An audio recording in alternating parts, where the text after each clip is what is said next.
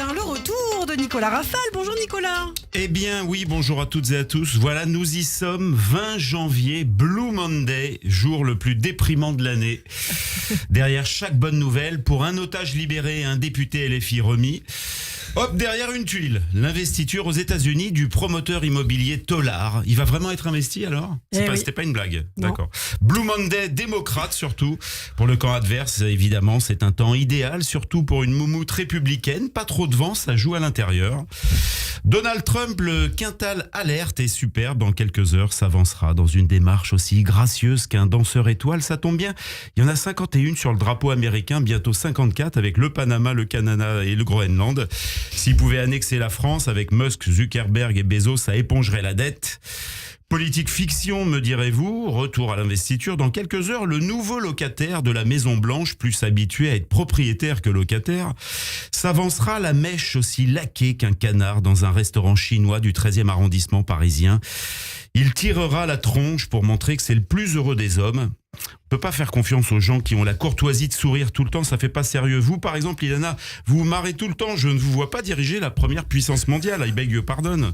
Non, il faut faire la gueule, c'est important. Puis, il prêtera au milieu de ses affidés, on ne prête qu'aux riches, et ils sont tous très riches.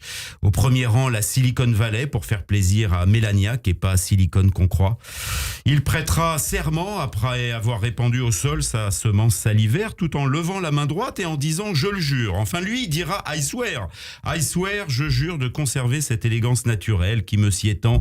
Je jure, sans fake news, de toujours dire du bien des femmes.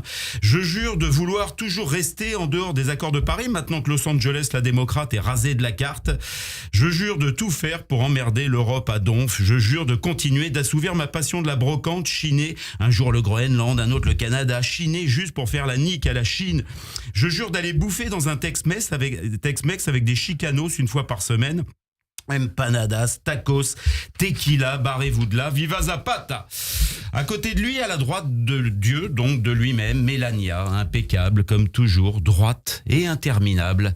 Véritable porte-manteau humain dans une tenue resplendissante achetée sur Chine, rien que pour ennuyer son mari. Elle sera là, muette comme à son habitude, toute droit sortie d'un film d'Harold Lloyd avant l'apparition du parlant en 1927. Le silence avant Mélania est également du Mélania. Rares sont ceux qui ont eu le privilège d'entendre le son de sa voix. Nombreux sont les médisants qui disent que ça n'est pas ce qui les intéresse le plus chez elle. Et je comprends. Elle aura mis des bas. Être un bas de Mélania. Peu importe lequel, le gauche, le droit, mais être un bas. Être réincarné en laine, en soie, en nylon, mais en serrer sa cuisse, étreindre son mollet, profaner son genou. À la gauche du président, l'Asperger, l'homme qui en un tweet gagne le PIB du Burkina Faso, celui qui insulte tout le monde sur X et qui n'a plus de filtre, ce qui est ennuyeux pour un type qui construit des bagnoles. À la limite, qu'il n'y ait plus de conducteur, mais plus de filtre. Alors, comment arrive-t-on à ce magique moment de l'investiture ? C'est du boulot pour en arriver là. Ça s'organise 4 ans à l'avance. On excite la population qui s'est sentie flouée à la suite d'une élection. On fait envahir le Capitole avec des village people habillés en Cheyenne, enfin tout ce que vous trouvez à l'asile.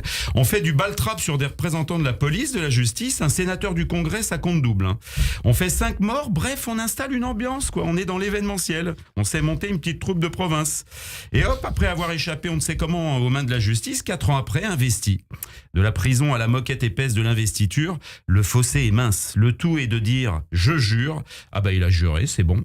Et voilà, ça fait 47e président des États-Unis. Voilà, si vous avez un problème, disait Einstein, et que vous comptez sur la classe politique pour le résoudre à votre place, eh bien vous avez 2 problèmes. Bon Blue Monday à tous. Merci beaucoup Nicolas Rafale, qu'on retrouve très régulièrement sur cette antenne, vous le savez.